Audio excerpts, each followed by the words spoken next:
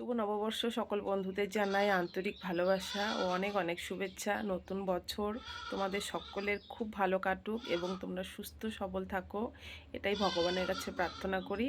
আর আমরাও যেন ভালো থাকি সেটাও তোমরা প্রার্থনা করো। তো ঘুম থেকে উঠেই আজকে ফোনটা অন করলাম এই কারণে, কালকে সারাটা রাত যে আমি কিভাবে ঘুমিয়েছি বন্ধুরা, সেটা তোমাদের আর কি বলবো। কালকে বিকেলের দিকে তো আমি পার্লারে যাই, তো যাওয়ার পরে হয়তো ছাগলটা বিছানায় পেচ্ছাপ করেছে, তো সোফাতেও করেছিল, সোফার কভারটা নষ্ট করেছে, সেটা বাইরে আছে, আজকে ধোবো, রাত্রে তো আর ধোয়া যায় না। ওই দেখো কি অবস্থা ছাগলের, দেখো ঘুম থেকে উঠে মানুষ লাগে জানো তো, মানুষকে দেখতে হবে। তো এই জন্যই ফোনটা অন করলাম যে তোমাদের দেখাবো বিছানাতে আমি কি করে কালকে ঘুমিয়েছি। আমি তো ঘুমাই, এটা হচ্ছে এই দিকটা হচ্ছে উত্তর দিক, আর এদিকটা হচ্ছে তোমার দক্ষিণ দিক। তো দক্ষিণ দিকে মাথা রেখে ঘুমাই। তো এই বিছানায় ঘুমাই এই কারণেই, কারণ রাত্রিবেলা আমি এডিট করি। তো কালকে রাত্রে এডিট করতে করতে প্রায় 12:30 পৌনে 1 হয়ে গেছে। তো এই জন্যই আর ওই বিছানাতে যাইনি, ভাবলাম যে ওর বাবা ছেলেকে আর ডিস্টার্ব করবো না, এখানেই ঘুমাই। তো কোনোরকম মশারিটা টাঙিয়ে মানে শুয়েছিলাম এদিকে। তো এত পেচ্ছাপের গন্ধ, মানে ছাগল ছাগল গন্ধ করতেছিল আমার, মানে কি বলবো, এত অসহ্য লাগছিল। তারপর এদিকে শুয়েছি, এদিকে শুয়ে তবুও গন্ধ আসছে। তারপরে রাত্রেবেলা 3টার দিকে উঠে পারফিউম দিয়েছি, পারফিউম দেওয়ার পরেও ঠিক মতন আমার ঘুম আসেনি। আর উত্তর দিকে ঘুমাইলে না আমার কেমন যেন লাগে, মানে উত্তর দিকে ঘুমাইলে কেমন একটা বাজে বাজে স্বপ্ন দেখি, এটা আমার আগেও হয়েছে, কালকেও হয়েছে। তো যাই হোক, আর ওই ঘরে গেলাম না, কারণ গেলে পরে বাপ ছেলের আবার ঘুমটা নষ্ট হবে, এই জন্য যাইনি। তো এদিক দিয়ে ঘুমিয়েছি। তো তারপরে তো ওই যে 5টা থেকে তো ছাগলের কান্নাকাটি শুরু, তো আমি আর উঠি নাই, চোখটাও লেগে আসছিল। তো ওর বাবা এই কিছুক্ষণ আগে দরজাটা খুলে আমাকে ডেকে দিয়ে ছাগলটাকে বের করলো। তো ছাগল দেখো মানুষ না দেখতে পেয়ে কি অবস্থা, দেখো কান্নাকাটি। এখনই যদি আমার আওয়াজ শুনে একটু জোরে কথা বলি তাহলে ঘরে আসবে, দেখবে তোমরা। চলো দেখাই। কুমারী, আয় আয় আয় আয়, দেখো, আয় আয়। উফ, চোখ ভরা ঘুম বন্ধুরা, চোখ ভরা ঘুম, দেখো চোখের অবস্থা, এই দেখো, দেখছো কি ব্যাপার, কি নাম নাম।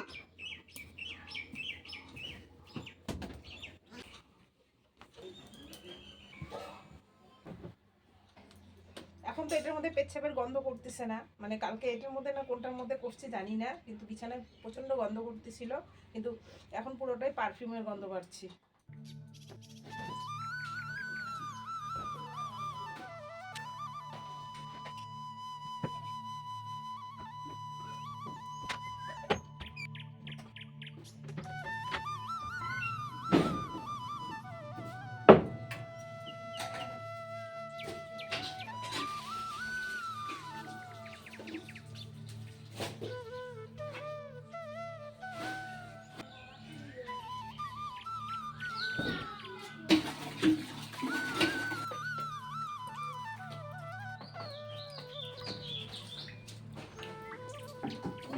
গন্ধ বিছানায় অল্প না বেশি?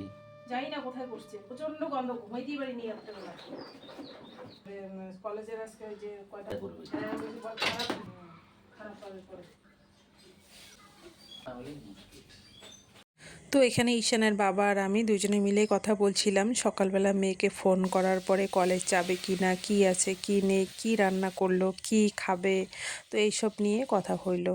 আর এখন সকালের খাবার বানাতে চলে আসলাম রান্নাঘরে। তা আজকে খুব ইচ্ছে হলো যে আলুর পরোটা করব, অনেক দিন থেকে করাও হয় না, আর চাল নেই ঘরে, চালটা বাড়ন্ত হয়েছে।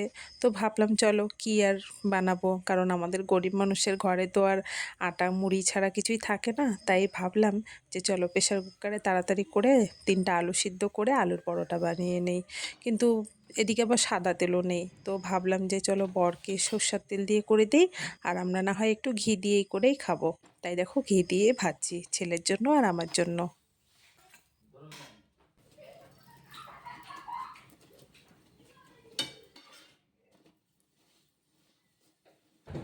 তো বড়েরটা ভেজে দিলাম সর্ষের তেল, এ রাম সিঁদুরে কি অবস্থা হয়ে গেছে। বড়েরটা ভেজে দিলাম সর্ষের তেল দিয়ে, ও ঘি খায় না, মানে পছন্দ করে না। আমাদেরটা বানাইলাম ঘি দিয়ে। তো ঘি, বেগুন ভাজা, আর এখানে রয়েছে সস। তো চলো সকালে ব্রেকফাস্টটা করে নেওয়া যাক। তো আজকে তো আমাদের নিরামিষ, তো ক্ষেত থেকে কচু শাক কাটবো। আমি যাব না, ভয় লাগে। তো বড়ি যাবে কচু শাক কাটতে। তো দেখি কখন কেটে দেয়, তারপরে রান্না বান্না করে যাবো। কি বললে বড়ি মরুক। বর কেন মরবে বলো? পুরুষ মানুষের সাহস তো অন্যরকম না। আর পিছনে সাপে ভর্তি, ভয় লাগে একা একা যেতে, এই জন্যই মানে আমিও যাব, একা ছেড়ে দেবো না তাই বলে। তো বর গেল মালপত্র নিয়ে, বলল যে আমি মালগুলো দিয়ে এসে তারপরে তোমাকে কচু শাক কেটে দেই, কারণ একা একা না যেতে খুব ভয় লাগে। পারবো আনতে, কিন্তু খুব প্রচণ্ড ভয় লাগে। সাপ দেখে কার না ভয় লাগে বলো, আর বিশাল বড় বড় সাপ। তা দেখো এদিকে রান্নাও হইলো, মানে ওই আলুর তরকারি, ছেলে আবার শুক্তো ডাল খায় না, যেহেতু ওটার মধ্যে তিতা করলা পড়ে, তাই শুক্তো ডাল আর আলুর তরকারি করলাম। মাপ নেওয়ার কিছু নাই, সবগুলো একই, ছোট বড়োর কোনো ব্যাপার নাই, একই জিনিস এগুলো। বাবাকে একটা দিয়ে গিয়ে। তো দেখো বন্ধুরা, ঘর মুছতেছিলাম, বর নিয়ে আসলো 3টা আইসক্রিম, 3জনের জন্য। এখন আইসক্রিমটা খাই। আমারটা খুলে দে তো। হবে না, হবে না।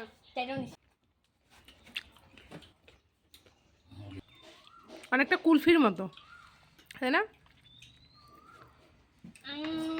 হুম হুম।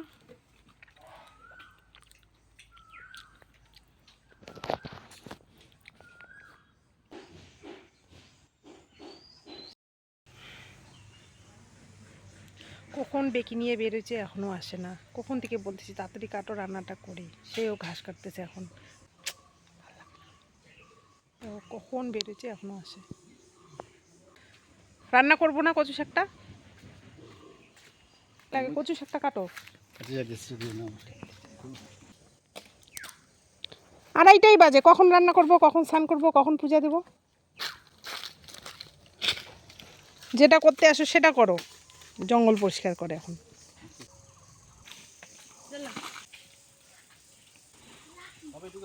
হবে খুচরা বসা কেন? এখন হবে না, এখন সিদ্ধ হবে না, আরেকদিন খাও। সকালবেলায় কচু শাকটা কেটে দিয়ে গেলে কিন্তু এই ঝামেলাটা হয় না। এই সারাটা দুপুর এই কচু শাকের জন্য রইলাম, অন্য কিছু রান্না করতে পারতাম। এ আসবে, করবে, কেটে দেবে, এই করতে করতে এখন কতটা বেলা হয়ে গেছে। তা ওই যে কচু শাক যেভাবে রান্না করে সেভাবেই রান্না করেছি, সিম্পল। লাস্টে একটু গরম মশলা দিয়েছি সেন্টের জন্য। কেমন লাগলো বন্ধুরা অবশ্যই জানিও।